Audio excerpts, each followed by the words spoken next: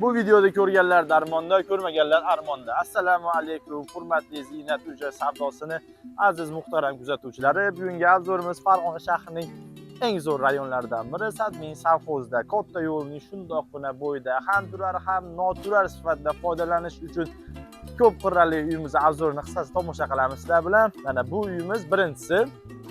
Mana sizlar bo'lingan joyini ham aytib o'taman. Mana bu joydan bo'linadi.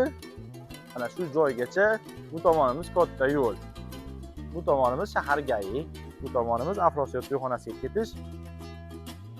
Xo'p, azizlar, 4.1 sotixdan tashkil topgan korobka holatdagi high-tech kottejimiz. Umumiy 8 xona, 4 ta sanuzel. Kirishimizda mana kattagina sahnasi bor. Bu joyda mana bu joy zeleniy zona qilib, avtoparkovka uchun joy qilsalar ham qanaqadir maqsadda foydalansalar ham bo'ladi. Bu tomonimiz va tashqari uchun birinchi sanuzelimiz. Uyimiz to'laqonli pishgan g'ishtda qurilgan birinchi va ikkinchi qavatlariga xo'p, plita yotqizilgan. Uyimizni tomosha qilamiz, qani. Xo'p, mana kirganimizda kattagina zal qismi, katta eshik qo'ysa bo'ladi bunga. Xo'p, birinchi xonamiz. Buni oshxona sifatida foydalansa bo'ladi. Panoramli oynalarga joy tashlab ketilgan. Montaj ishlari bo'lgan, 1,5 g'isht qilib to'laqonli pishgan g'ishtda o'rilgan. Xo'p, ikkinchisi mehmonlar uchun mo'ljallangan joy. Buni sababi, mehmonxona qilish sababi, xo'p, asosiy eshikdan emas, bu ikkinchi eshikdan kirib mehmonni kuzatsangiz bo'ladi. Aqlingizga aralashib ketmaydi. Mana uylar kattagina, keng va yorug'. Buni ham montaj ishlari bo'lgan. Xo'p, bundan keyingi xonamiz birinchi qavat uchun mo'ljallangan sanuzel qismimiz.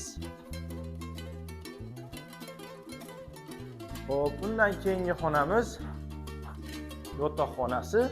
Bolalar uchun mo'ljallangan yotoqxona. Buni ham o'zi alohida sanuzeliga ega. Bundan keyingi xonamiz. Buni ham bolalar yotoqxonasi yoki ota-onalar yotoqxonasi qanaqadir maqsadda foydalansa bo'ladi. Xo'p, buni bolalar uchun mo'ljallangan yotoqxona qilib, buni ota-onalar yotoqxonasi qilsa bo'lar ekan. Sababi uni alohida sanuzeli bor. Xo'p, bu joyimizni kladovka sifatida foydalansa bo'ladi bemalol. Endi ikkinchi qavatga yo'l olamiz.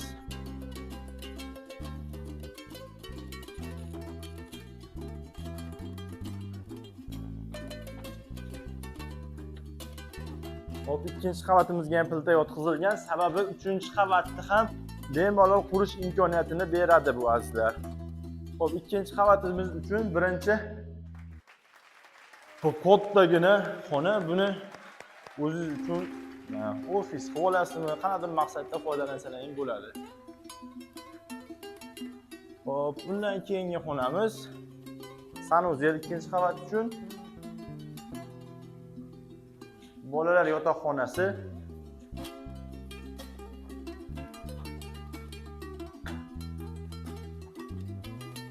Shig'ishlari Rishtondan olib keltirib qo'yilgan ekan. Xo'p, oxirgi ikkinchi qavat uchun oxirgi xonamiz.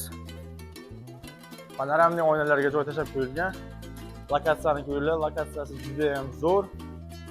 Ham yashab, ham biznes qilsa bo'ladi bu joyda. Xo'p, bitta joyimiz qolib ketibdi. Bu joyda mana qo'l qilib turib balkon sifatida foydalansa bo'ladi. Bu joyga stollarni qo'yib, bitta kofe ichib, shaharni tomosha qilib, o'tgan ketganini ko'rib o'tirsa bo'ladi.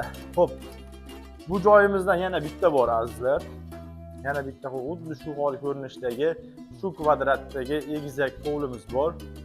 Ularning narxini uyimizning egalari juda ham pulzar bo'layotganligi sababli $85,000 baholadi. Buni o'zi narxini $110,000 qo'ydik, lekin ma'lum bir sabablarga ko'ra narxini tushirib, tezroq sotishlik maqsadida 85,000 qo'ydik.